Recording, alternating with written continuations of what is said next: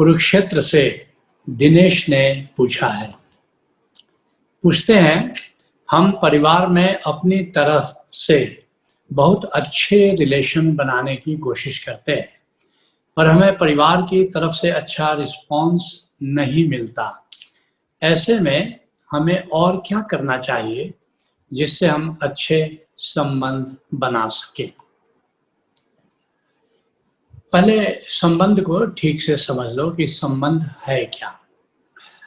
संबंध के 3 पिलर्स हैं या 3 पड़ाव हैं या 3 सोपान हैं। पहला है काम, कामना पर आधारित संबंध। कामना क्या है? लेने का भाव। दूसरे से हम क्या ले सकते हैं, दूसरे से हम क्या पा सकते हैं। तुम सब जानते हो, जब हमारा नया परिचय होता है तो मन में कई लोगों के चलता है कि इस नए संबंध से हम क्या लाभ ले सकते हैं, क्या पा सकते हैं।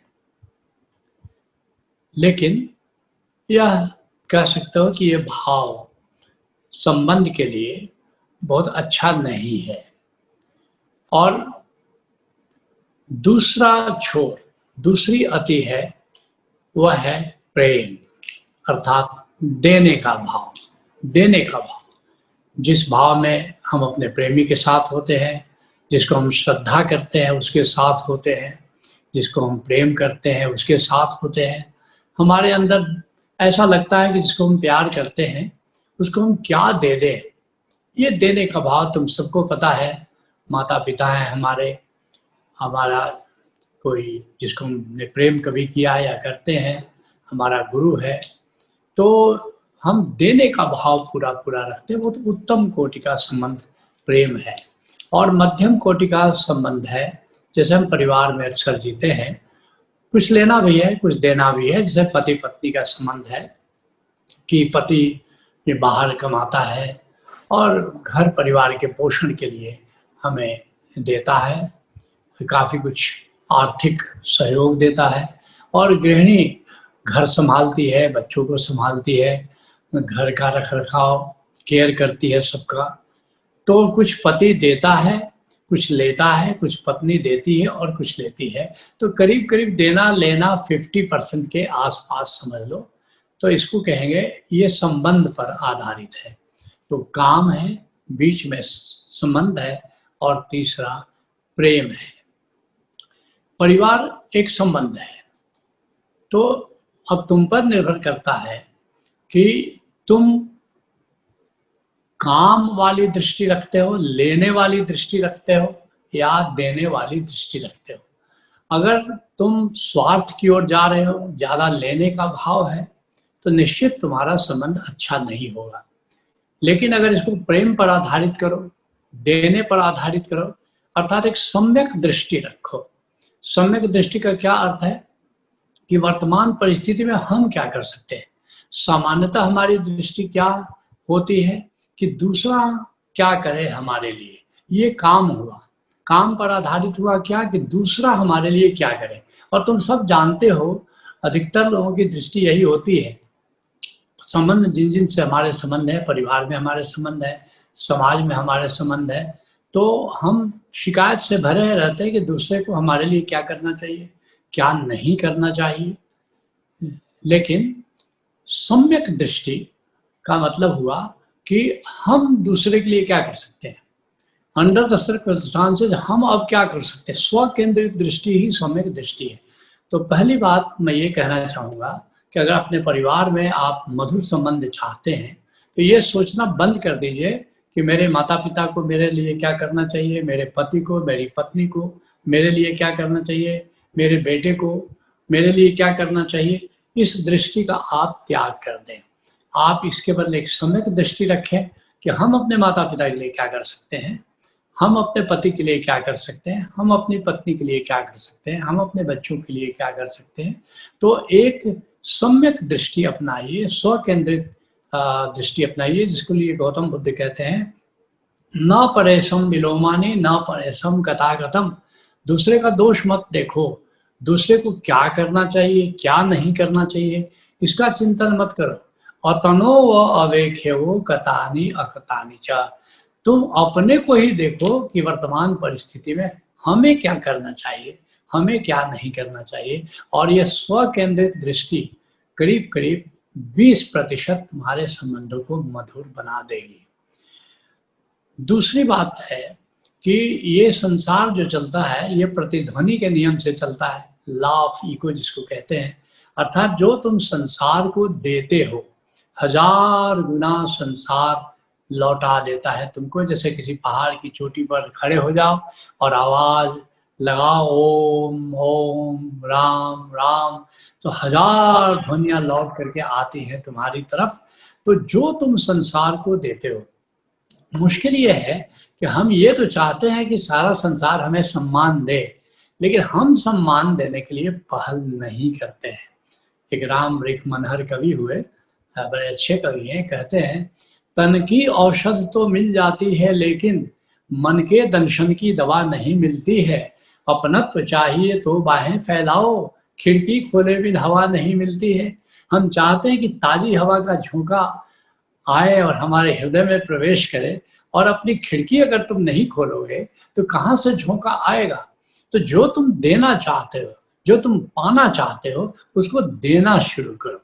अगर तुम प्रेम दोगे तो प्रेम मिलेगा, अगर तुम सम्मान दोगे तो सम्मान मिलेगा।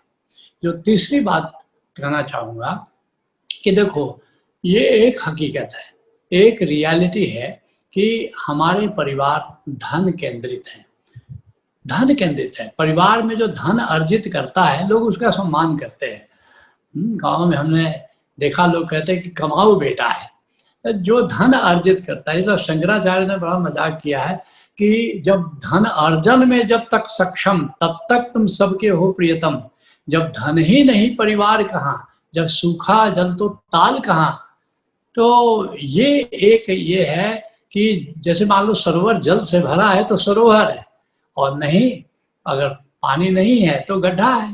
ऐसे ही अगर तुम रिटायर कर गए हो, धन अर्जन में सक्षम नहीं हो, अब जो तुम पुराना सोचते हो कि हमको परिवार वही सम्मान दे जब हम धन कमाते थे, उस समय मिलेगा, तो वो नहीं मिलेगा, उसमें डाइल्यूशन होगा। इस रियलिटी को जरा ठीक से समझ लो। तो और जो यंग हैं उनके लिए मैं बता रहा हूँ कि तुम स्वावलंबी बनो।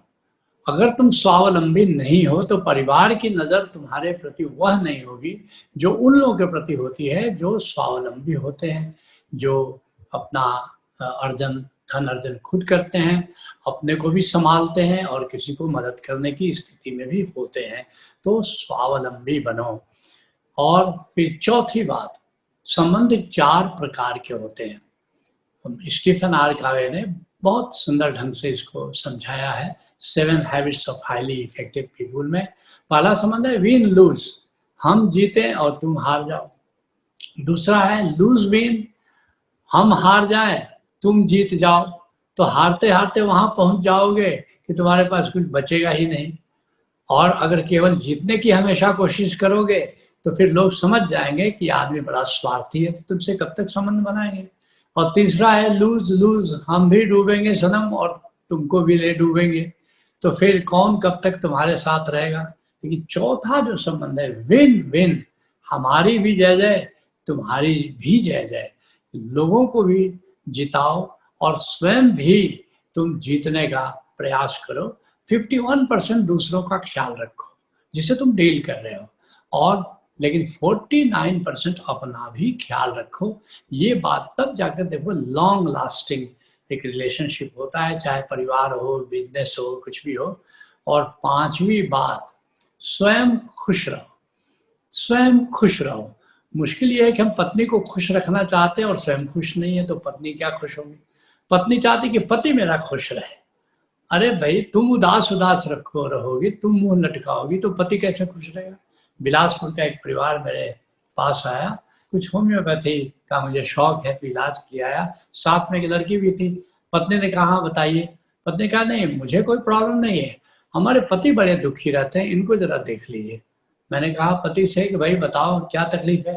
बोले नहीं तकलीफ मुझे नहीं, मेरी पत्नी बड़ी दुखी रहती है, इसको देख लीजिए। मैंने कहा ये गजब का परिवार है। मैंने उस लड़की से पूछा तुम्हारा क्या हाल है। पत्नी ने कहा, उस लड़की ने कहा मैं क्या हाल बताऊं, 2 दुखी लोगों के बीच में ये चाकी चलती देख कर दिया कबीरा रोए, दो पाटन के बीच में साबत बचा न कोई। मैंने कहा कि ये काम करो, इलाज तो तुम्हारा बाद में करेंगे, 7 दिन एक प्रयोग करो, तुम लोग दूसरे की फिक्र छोड़ दो, खुद खुश रहने की कोशिश करो। तो उन्होंने कहा ठीक है। 7 दिन के बाद आए थे, सब तीनों खुश थे और बड़े प्रसन्न थे। मैंने कहा हाँ आप बताओ क्या तकलीफ है? बोला अब कोई तकलीफ ही नहीं है, तकलीफ तो यही थी कि दूसरा क्यों गमगीन है, कोई उदास है। तो मैं तुमसे ये कहूँगा, हमारा ऋषि जो कहता है सुखस्य दुखस्य न कोपि दाता परो ददाति इति विमूढ़ चेता, कि सुख और दुख का देने वाला कोई दूसरा नहीं है। ये दूसरा हमें सुख दे सकता है, दुख दे सकता है, ये मूर्ख लोग सोचते हैं। बस खुश रहो, और तुम खुश रहोगे तो तुम्हारे इर्द गिर्द एक आबो हवा खुशी की बनेगी, और परिवार में खुशी होगी, परिवार में प्रसन्नता होगी।